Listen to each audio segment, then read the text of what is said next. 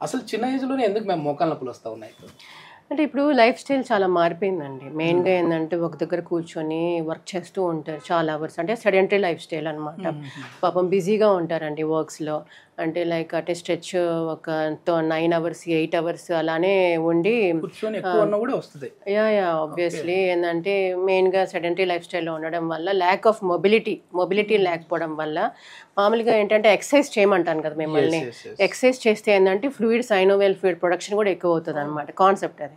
So అందుకని ఏందంటే ఈ సెడెంటరీ లైఫ్ స్టైల్ ఎక్కువ మొబిలిటీ లేకుండా అట్టే స్ట్రెచ్ కూర్చోవడం వల్ల కూడా ఏందంటే మనకి నీ పెయిన్స్ రావచ్చు. ఓకే. అంటే అక్కడ కూర్చున్న పొజిషన్‌లో కావాలంటే వాళ్ళ కాళ్ళు కొంచెం ఇట్లానే అదే ఎవ్రీ 30 to 45 మినిట్స్ బ్రేక్ అయిపోయిన తర్వాత బ్రేక్ తీసుకొని అలా వాకింగ్ చేయాలండి. ఓకే. అమ్మ మా వర్క్‌లన్నీ ఆగిపోతాయండి అని చెప్పేసి అనుకుంటారు. కానీ వర్క్‌లో ఆగిపోవడం కదా అక్కడ మీ నీ అనేది డ్యామేజ్ అయిపోతా ఉంటది. అండ్ ఇంకోటి ఏంటంటే వైటమిన్ డి రిచ్ ఫుడ్స్ తీసుకోవాలండి మెయిన్గా. జాయింట్ హెల్త్ బాగుండాలి అంటే కాల్షియం రిచ్ ఫుడ్స్ తీసుకోవాలి.